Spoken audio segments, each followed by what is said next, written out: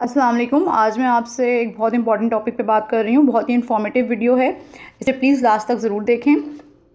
आज मैं आपसे वेट लॉस पे बात करूँगी, जिनमें से 70% लोग जो हैं वो सफ़र करते हैं, या कुछ लोग ऐसे हैं जो चाहते हैं कि वो बहुत ही फिट फाट रहें।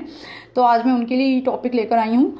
आज मैं आपसे बात करूँगी सौंफ पे कि ये कितने ज़्यादा बेनिफिशियल हैं और हमें किस तरह लेना चाहिए, कितने अमाउंट में लेना चाहिए, और ये हमारी बैली फैट को भी कम करता है।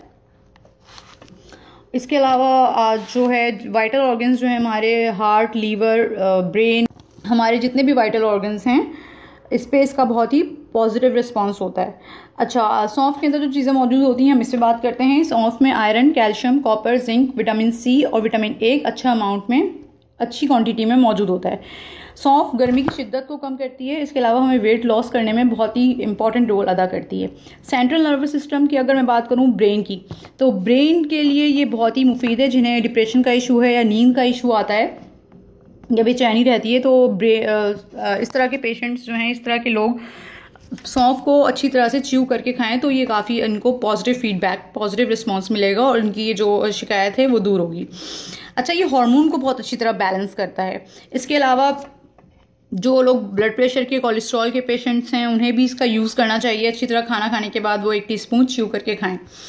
ये एंटी एजिंग के लिए बहुत अच्छा होता है, एजिंग और एंटी एजिंग के लिए। 8 साल से बड़े उम्र के बच्चे इसे अगर लेते हैं, अपनी डाइट में रखते हैं, थोड़ी बहुत अमाउंट में आप उसे नहीं दें, 1 टीस्पून से 2 टीस्पून छोटे बच्चे ले सकते हैं। तो ये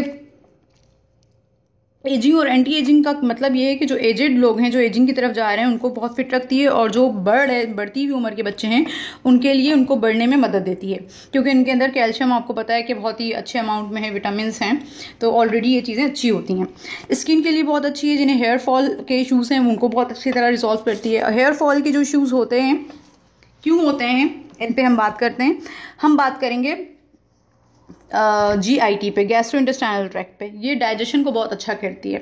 डाइजेशन जब हमारी बॉडी में अच्छी रहेगी तो आप समझ लें कि 70 से 80% बीमारी हमारी वैसे ही रिजॉल्व हो जाएगी। जब डाइजेशन अच्छी नहीं होगी, हमारे बाल क्यों गिरते हैं? क्योंकि हमारी जो बॉडी में जो हम डाइट ले रहे हैं वो या तो हेल्थी नहीं होती, और जो हेल्थी डाइट ले रहे हैं उनके न्यूट्रिएंट्स अच्छी तरह सेपरेट नहीं हो रहे और हमारी बॉडी में डिफ्यूज़ नहीं हो रहे, एब्जॉर्ब नहीं हो रहे, तो हमारी अंदर वो न्यूट्रिशन की कमी हो जाती है और फिर हेयर फॉलिंग के इश्यूज आ जाते हैं। अगर हम सौंफ का इंटेक करेंगे तो जो भी मिनरल्स हमने अपनी बॉडी में लेने हैं, calcium, iron, potassium, vitamin A, ये सारी चीज़ें हमारी, हम अपनी डाइट में जब हम लेते हैं तो फिर उसके बाद ये डिज़ोल्व या फिर अच्छी तरीके से हमारी बॉडी में एब्जॉर्ब नहीं होती। तो जब एब्जॉर्ब नहीं होती, और जाहिर सी बात है जब हमारी डाइजेशन ख़राब होगी तो ये हमारी बॉडी में एब्जॉर्ब नहीं होगी। जब हमारी डाइजेशन अच्छी रहेगी तो हमारी बॉडी में सारी चीज़ें, मिनरल्स भी एब्जॉर्ब होंगे, तो जिससे जो चीज़ें क्वान्टिटी में जो भी हमारे मिनरल्स चाहिए वो हमारी बॉडी में ऑब्जॉर्ब होंगे, तो हम बहुत सारी बीमारियों से बच जाएंगे। हेयर फॉलिंग के इश्यूज़ भी नहीं आएंगे।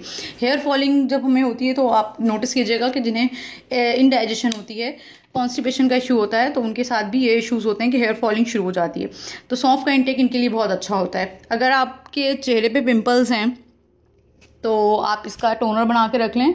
हल्के पानी में आप 1 टेबल स्पून पानी ले लें, 1 गिलास पानी में आप इसे अच्छी तरह से एब्जॉर्ब कर लें, और इसे अच्छी तरह से आप मतलब एब्जॉर्ब होने दें। मतलब जब आप देखें कि हाँ भाई सौंफ अच्छी तरह से पानी को इसने एब्जॉर्ब कर लिया है, तो आप इसका एक्सट्रैक्ट निकालें। इस पानी को आप अच्छी तरह से यूज़ करें, और या स्प्रे में रखकर आप एज अ टोनर भी यूज़ कर सकते हैं स्किन पे, क्योंकि ये anti inflammatory, anti fungal, anti bacterial होती है। अच्छा, ये हमारी इम्यूनिटी को बूस्ट करती है, क्योंकि आपको पता है कि इसमें आयरन है, तो ऑलरेडी काफ़ी हमारी बॉडी को हेल्थी रखने में बहुत हेल्पफुल होती है। इसके अलावा हमारी इम्यूनिटी को बूस्ट करती है। जो भी फीमेल्स एनेमिक होती हैं, आयरन डिफिशिएंट होती हैं, उनके अंदर ये आयरन को एब्जॉर्ब करने में बहुत ही ज़्यादा हेल्पफुल होती है। वाटर रिटेंशन के इश्यूज़ जो होते हैं वो भी रिजॉल्व करती है।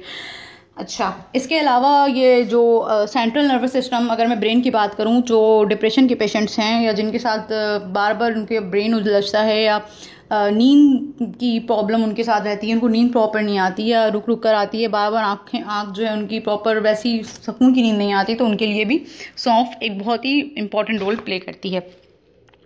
इसके अलावा अगर मैं आपसे बात करूं कि हेयर फॉलिंग के टॉपिक पे, तो इस सौंफ के ऑयल से अगर हेयर मसाज किया जाए तो हेयर की हेल्थ के लिए बहुत अच्छी चीज़ होती है। और इससे आप, और नॉर्मल आपकी स्किन के लिए भी बहुत अच्छी होती है। आप इसके पानी से, सौंफ के पानी से अगर मुँह धोएं तो बहुत ही आपको स्किन के अंदर ग्लोनेस आ जाएगी आपकी, और आपकी स्किन बहुत हेल्थी हो जाएगी।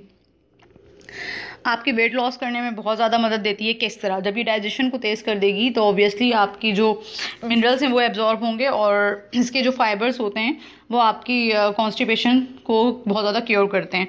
और इसके अलावा आपको बेवजह की जो भूख लगती है, क्रेविंग होती है खाने की, उसको ये कम करती है और आपकी बॉडी को एनर्जाइज करती है। इसके अलावा मैं यूरिनरी ब्लडर की बात करूं तो आपको जिनको यूरिन का इशू होता है और पेशाब जो है प्रॉपर उनका क्लियर नहीं आता या रुक रुक कर आता है, तो उसके लिए बहुत ही ज़्यादा हेल्पफुल होती है। इसके अलावा बैड ब्रेथ के लिए बहुत अच्छी है। जिनको खाने के बाद भी मुंह से बदबू आती रहती है, तो अगर वो खाना खाने के बाद भी अगर इसे लें तो उनके मतलब बैड ब्रेथ का इशू भी रिजॉल्व हो जाता है। दांत में जिनके इश्यूज़ हैं, मुंह से एक तो बदबू आ रही है, पायरिया का भी इशू है, विटामिन सी की डिफिशिएंसी की वजह से गम से ब्लीडिंग होती है उन्हें, तो ये उससे भी क्योर करती है क्योंकि इसके अंदर विटामिन सी एक अच्छे अमाउंट में मौजूद है। इसके अलावा अगर मैं आपसे बात करूं जो इम्यूनिटी को बहुत ज़्यादा बूस्ट करती है, जो आपकी इम्यूनिटी को बूस्ट करेगी, तो ऑब्वियसली आप बहुत जल्दी बीमार नहीं होंगे। और एंटी इन्फ्लेमेटरी होती है, तो आपको ये बहुत ज़्यादा हेल्थी रखती है और फाइट करने में मदद देती है, डिजीज़ से फाइट करने में बहुत ज़्यादा हेल्पफुल होती है।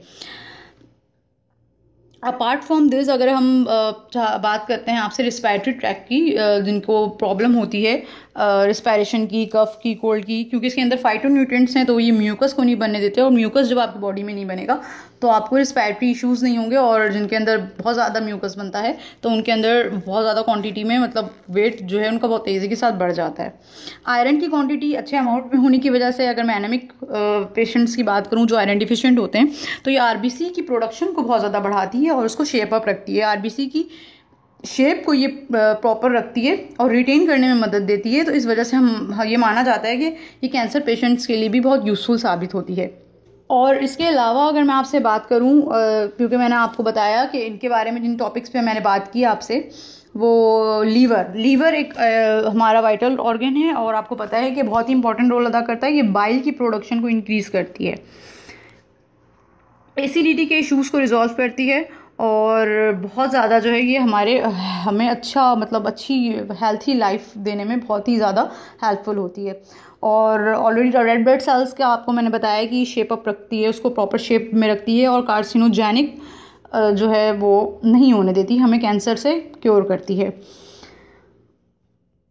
और हम इसे यूज़ किस तरह से कर सकते हैं और हमें कितने अमाउंट में इसे लेना चाहिए, वो अब हम इसके बारे में बात कर लेते हैं। हमें इसे चाहिए कि हम इसे 1 टेबल स्पून के अराउंड इसे हम ले सकते हैं।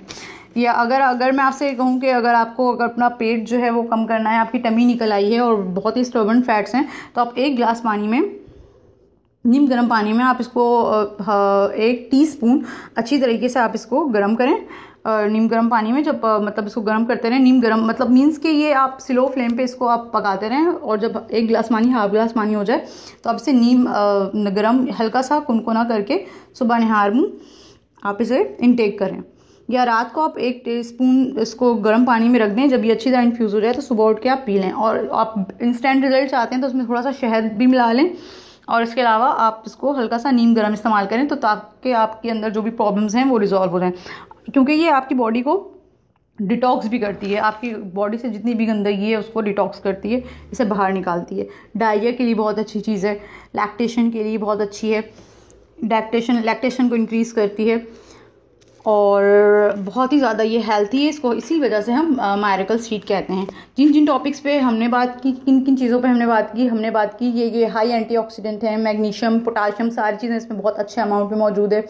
शुगर को बहुत अच्छी तरह रेगुलेट करती है, डायबिटिक पेशेंट्स के लिए अच्छी होती है, कोलेस्ट्रॉल लेवल को ये बैलेंस रखती है, हार्मोन को बैलेंस रखती है, सेंट्रल नर्वस सिस्टम मीन्स के ब्रेन के लिए बहुत अच्छा है। याददाश्त को बढ़ाने के लिए जो होता है ना, हम चीज़ें रख के भूल जाते हैं कि कहाँ रख दी थी चीज़ें हमने, चाबी कहाँ रख दी है, छोटी छोटी चीज़ें जो हम भूलते रहते हैं, उनके लिए चीज़ें बहुत अच्छी मतलब बहुत हमारी सेंट्रल नर्वस सिस्टम, हमारी मेमोरी को बहुत ज़्यादा इन्हांस करती है।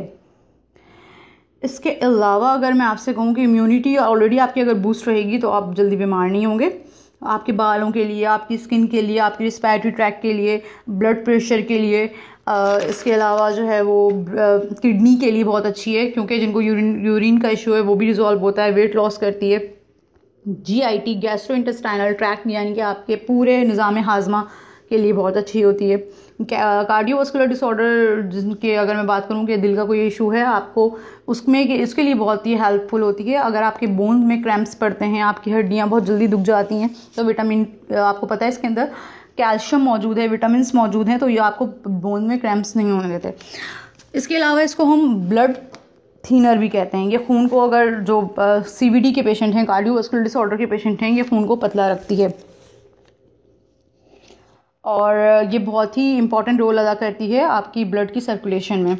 और जब आयरन अच्छी तरह हमारी बॉडी में एब्जॉर्ब हो जाएगा और RBC ऑलरेडी जब हेल्थी रहेगी, तो हम वैसे ही बहुत ज़्यादा हेल्थी रहेंगे और हम बहुत सारी बीमारियों से क्योर हो जाएंगे। क्योर मतलब हमें बहुत सारी डिजीज़ से क्योर करती है। आज का टॉपिक उम्मीद करती हूँ आपको पसंद आया होगा और आप इसे ज़रूर मुझे फ़ीडबैक दीजिएगा कि आपको कैसा लगा, और ज़रूर मुझे आप इस पर अपनी दुआ में याद रखिएगा। इंशाल्लाह फिर एक अच्छी और ज़बरदस्त सी टिप के साथ मैं फिर मिलूँगी। अल्लाह हाफ़िज़।